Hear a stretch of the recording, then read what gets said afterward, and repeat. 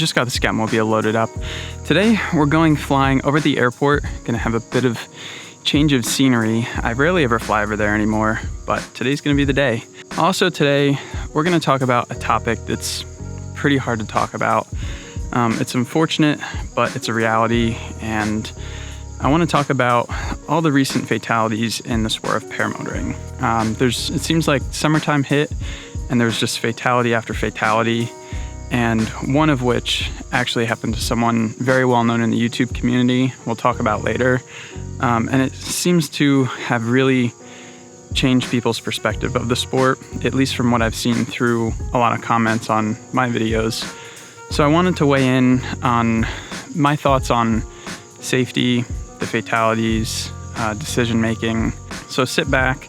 It's probably not going to be a fun-filled, adrenaline-filled video, but I want to keep it real, and I just want to weigh in on these topics. Also, I want to let you guys know I am in no way looking to capitalize on tragedies like this.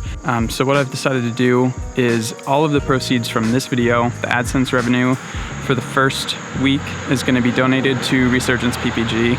They're a nonprofit organization that helps get veterans with any type of disability up into the air through paramotors. It's really, really cool. They do a lot of good work, and check them out if you haven't heard of them. But share this video, drop a like, share it, get it out there.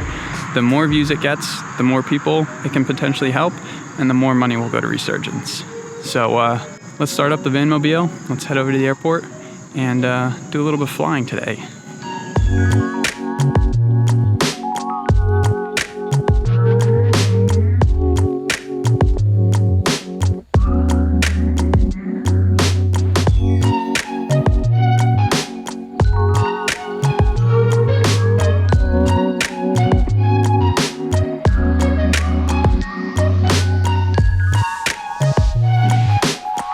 I feel like it's been a hot minute since I've done a solo video of just going out, flying around, super chill, and just have a discussion.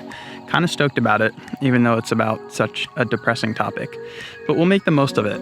Wind conditions right now are a little bit, oh my God, there's a banner towing plane way out there. I got the attention span of a squirrel.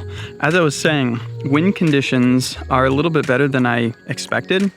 It was super windy all day, blown out. I thought it was gonna carry into the afternoon, but it's actually much calmer on the ground than I thought. I know up top it's still gonna be hauling. I flew here last night and the same situation happened. Really windy during the day, surprisingly calm on the ground, but as you went up it got bumpy and stronger. So I'm expecting the same sort of thing, but from here we're gonna take off. We're gonna go over to the river, the Delaware, and just cruise over there and take in the sights. Probably stay high most of the time, but it'll be swell. Maybe we'll link up with Mr. Banner Towing Man mid-flight. Let's get into it.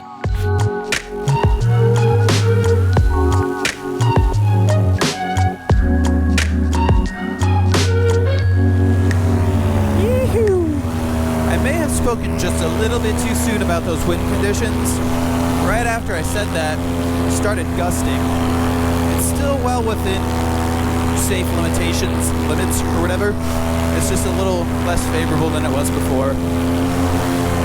Alright, so our destination is out that way. That's the Delaware River, and there's a old paper mill that I used to fly around all the time. They're actually demolishing it, so we'll probably try to fly around that.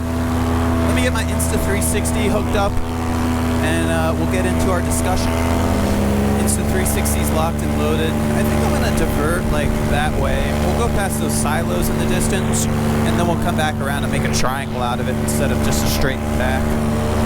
So, as I kind of mentioned already, this summer was going by, and it seemed like all of a sudden someone flicked a switch, and everywhere you looked online, there was another fatality reported.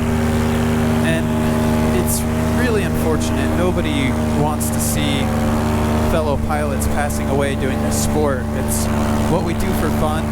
It's like the most fun you can ever have.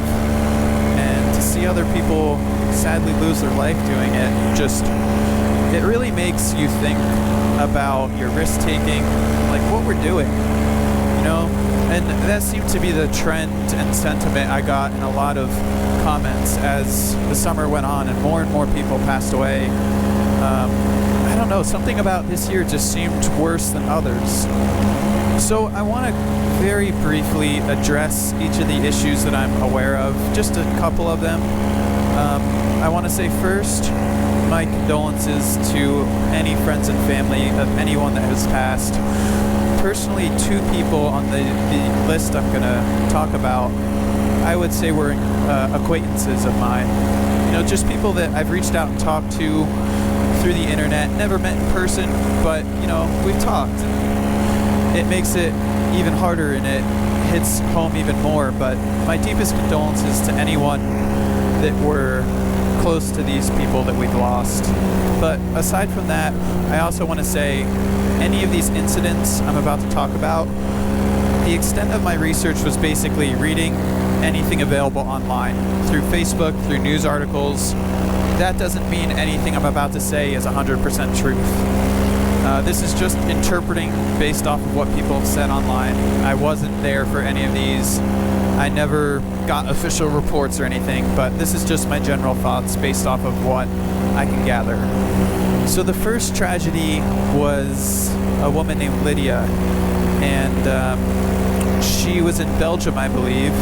I was in Iceland at the time, and the extent of the incident was basically it involved a round spiral. And round spirals are known to be potentially dangerous. It's basically where you put your wing on the horizon and you're spiraling straight down. You can build a lot of G-forces.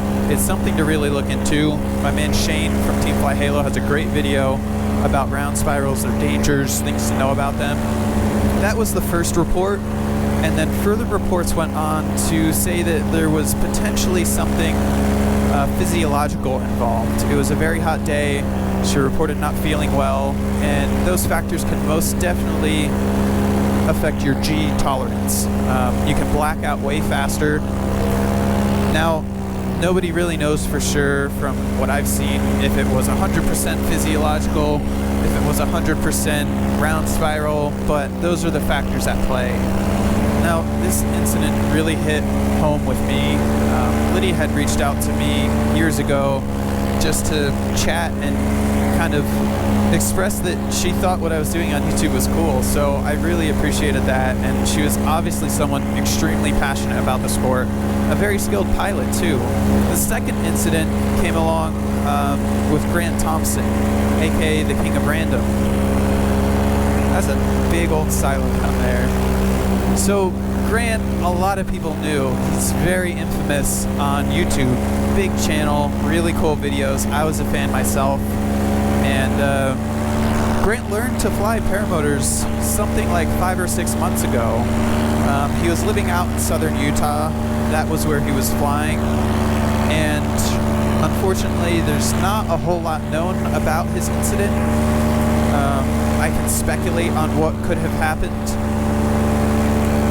But first I want to say, from what I can gather, Grant was doing everything right. He went to one of the most reputable schools to learn. It was my understanding that he actually took an SIB course somewhere in the first couple months of learning how to fly, which is something not a lot of people do, but I think a lot more people should do. It's basically a maneuvers course for like advanced training. That's something that I really give him credit for. He was obviously looking out for himself and trying to learn as much as he could about the sport.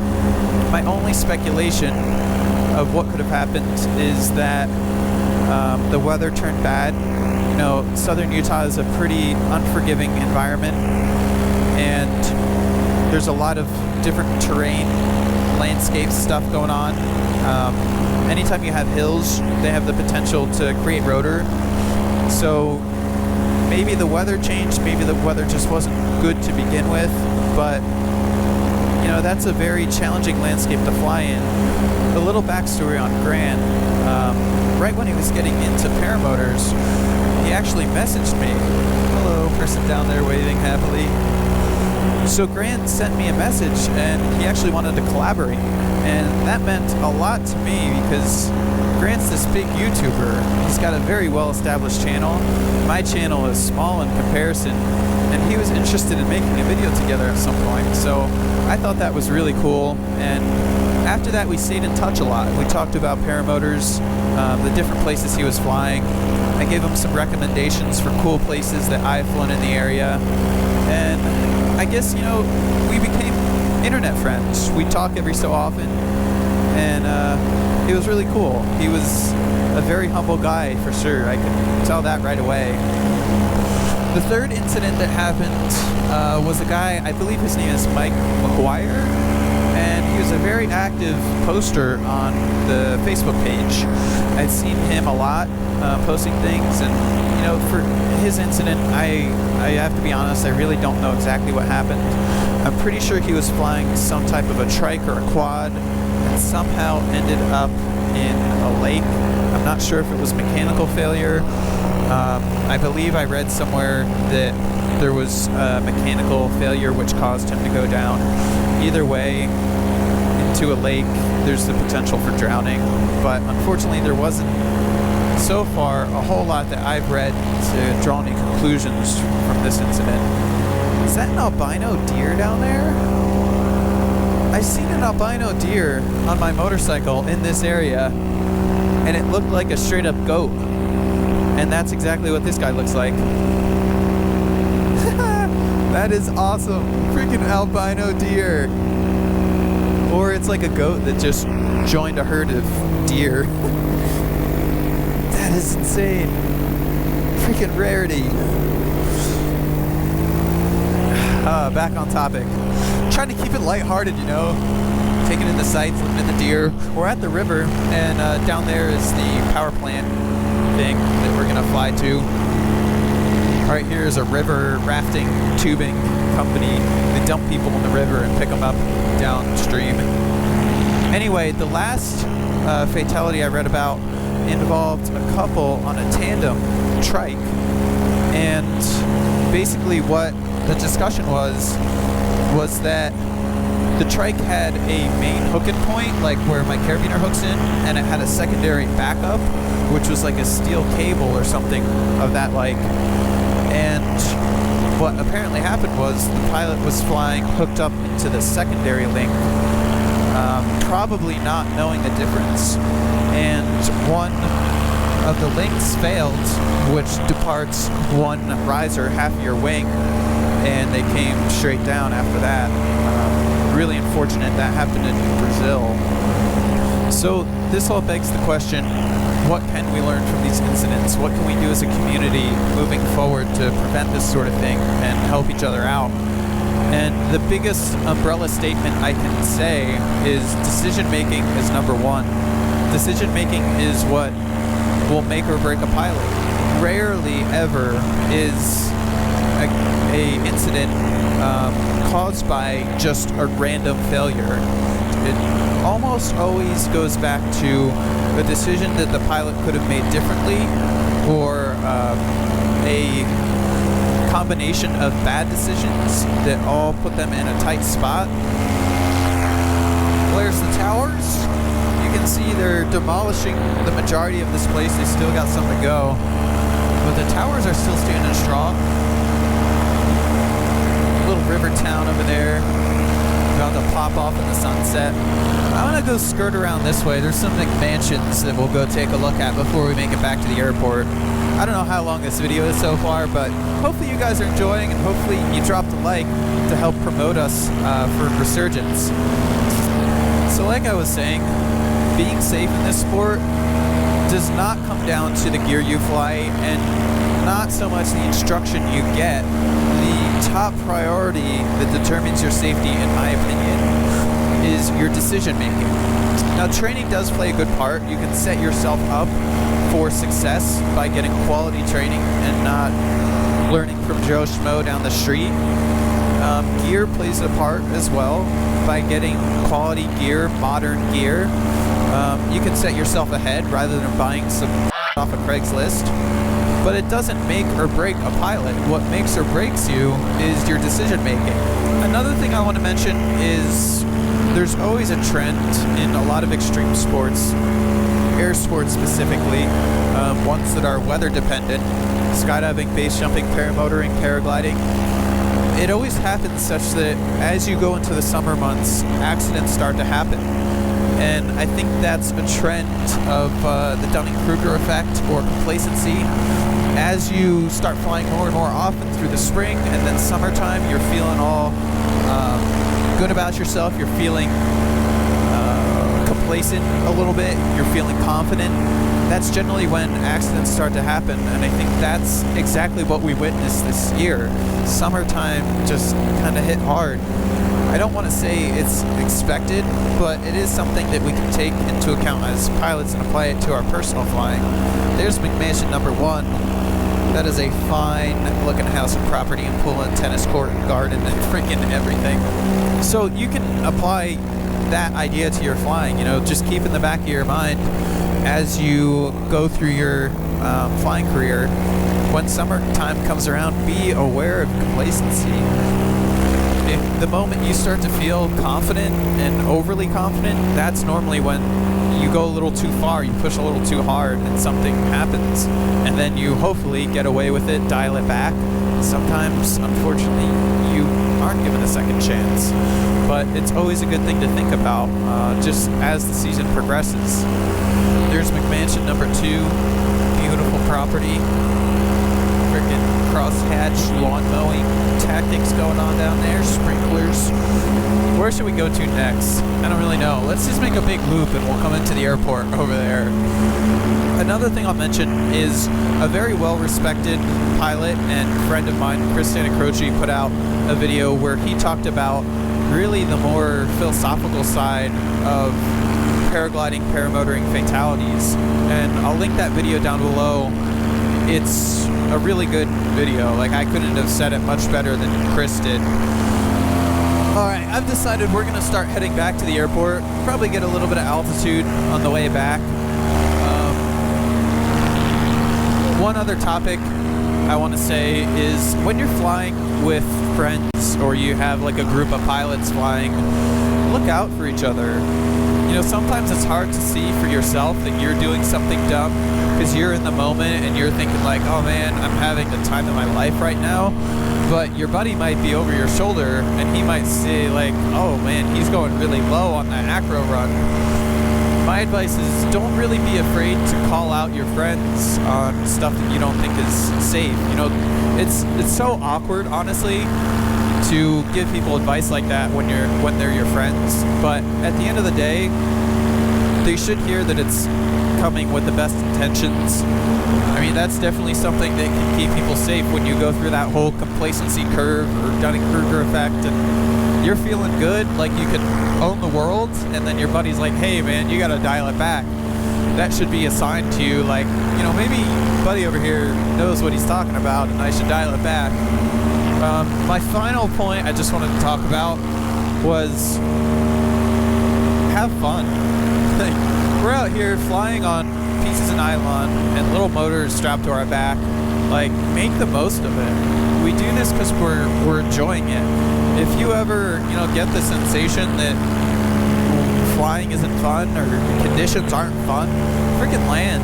Like, there's been several times recently when I'm just buzzing around and the air is thrashy and I'm like, it's not that it's dangerous, but I'm just not having fun. So I'll just land and hang out on the ground and watch my buddies have fun. Like, do whatever makes the most sense to you. Don't ever force anything. Focus on enjoying every moment, That's what counts. That's definitely a reminder that I see from the unfortunate tragedies that happen. It's a reminder to me to go out and live my life to its complete fullest. Have as much fun as possible. Don't push the limits too much. That's what the definition of risky biscuits is all about, right? It's not about just being reckless. It's about taking calculated risks to maximize your enjoyment. But these unfortunate tragedies are definitely a reminder to go out, just have fun, enjoy it, make the most of it. We're so privileged to be flying around on paramotors, like to have found this sport and be doing this thing that we love so much. Make the most of it, enjoy it. All right, I'm gonna stow the Insta360. I hope you guys like long videos that you can play in the background while you drink your coffee. I'm gonna try to make the most of this hook turn landing.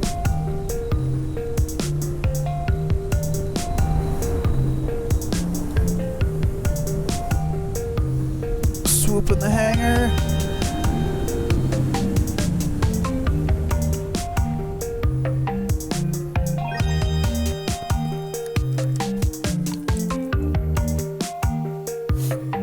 Nailed it.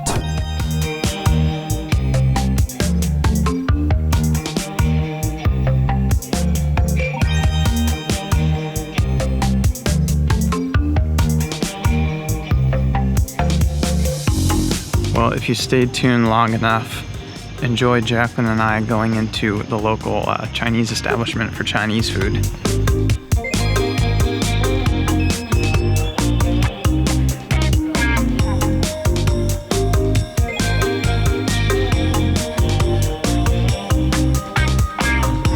Ever since I was a young man, I had zero self-control when it comes to Chinese food.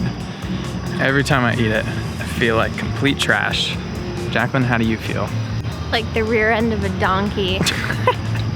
Same. We're going into Walmart because the vanmobile blew a headlight and we need a new headlight and some water.